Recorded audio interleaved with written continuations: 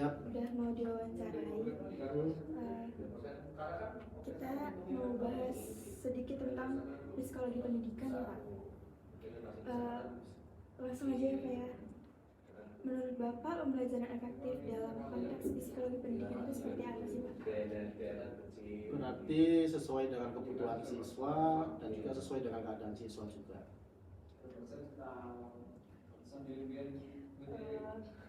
Menurut Bapak, bagaimana mendukung siswa yang mengalami kesulitan belajar? Nah, ini mungkin perlu dicari penyebabnya terlebih dahulu. Kadang kita lalai ya di dalam memberikan pembelajaran itu, kadang kita langsung masuk ke materi.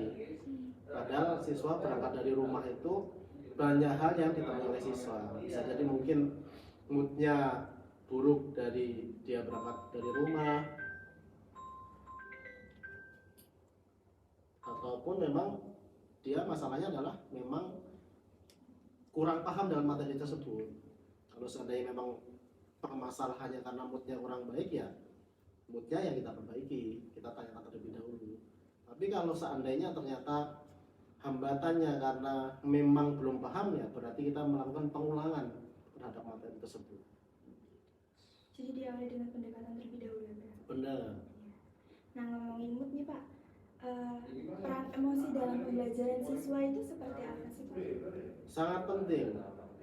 Saya selalu berpesan kepada istri itu untuk di pagi hari itu dia harus menjadi mood booster yang baik. Karena ketika saya berangkat, anak-anak berangkat, dan pagi hari itu menjiwai untuk satu hari tersebut gitu loh. Ketika pagi hari itu sudah jelek moodnya gitu, ya seharian di sekolah ya bisa jelek.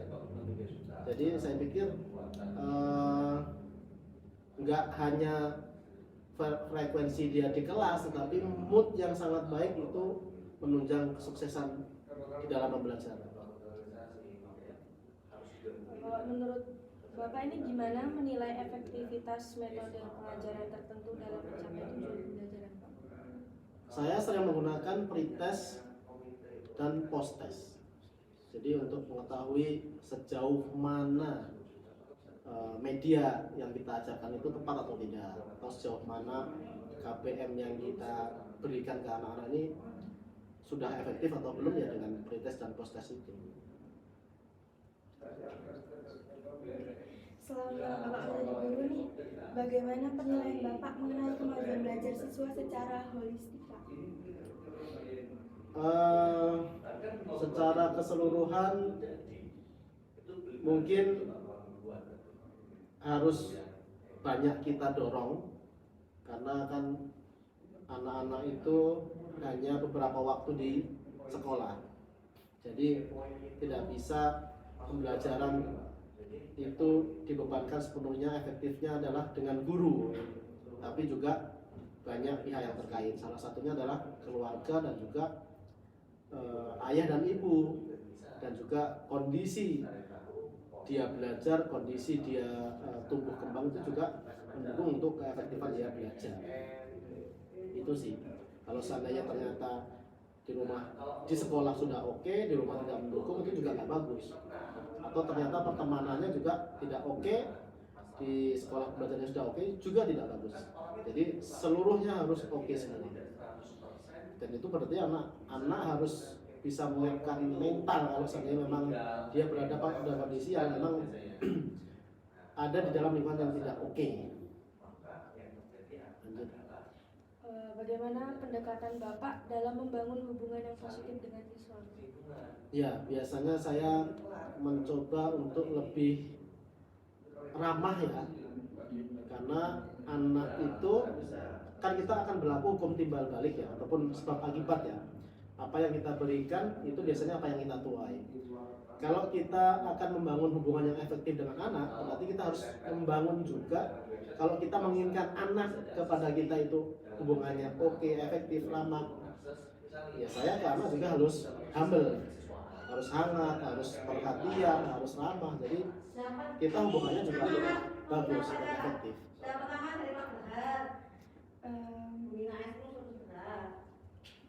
Sebelumnya Bapak tuh udah mengajar selama berapa tahun sih Pak? Saya mulai ngajar dari 2009, Bu. 2009. Dengan pengalaman yang cukup lama dalam mengajar, bagaimana cara Bapak menghadapi tantangan dalam mengelola kelas dengan siswa yang memiliki gaya belajar yang berbeda-beda? Jadi guru itu harus selalu up to date. Karena dengan up to date kita akan mengupgrade. Setiap masa itu punya tantangan tersendiri. Dan kita ya harus peka. Masa 2009 dengan 2024 ini sangat jauh berbeda sekali. Apalagi dengan sistem yang dulu PPDB yang dulu dengan sistem yang sekarang juga berbeda. Jadi guru harus senantiasa mengupgrade diri ketika nanti hubungannya nanti ketika kita masuk dalam pembelajaran, ketika kita sudah tahu tentang psikologis anak yang sekarang nih, ya berarti kita akan lebih efektif dalam memberikan pembelajaran. Jadi setiap masa ada penanganan khusus tersendiri, disesuaikan lah pokoknya. Bagaimana cara Bapak ini mengidentifikasi dan mengelola konflik di antara siswa pas di kelas? Biasanya ketika awal pembelajaran itu saya tanya satu-satu. Kalau seandainya ada yang terlihat murung, ya saya tanya, kamu kenapa nih? Kalau ada masalah ya nggak apa-apa. Atau mereka kadang saya tanyakan secara klasikal, ada nggak yang mengganggu selama di kelas ini? Kalau seandainya ada, mau disampaikan. Atau kalau seandainya memang malu tidak mau menyampaikan di sini, ya WhatsApp aja. Jadi pernah ada waktu itu saya mau ngajar, ada siswa yang maju ke depan, Pak saya mau ngomong, ngobrol. Nah, itu juga baik juga. Pasar itu sudah membuat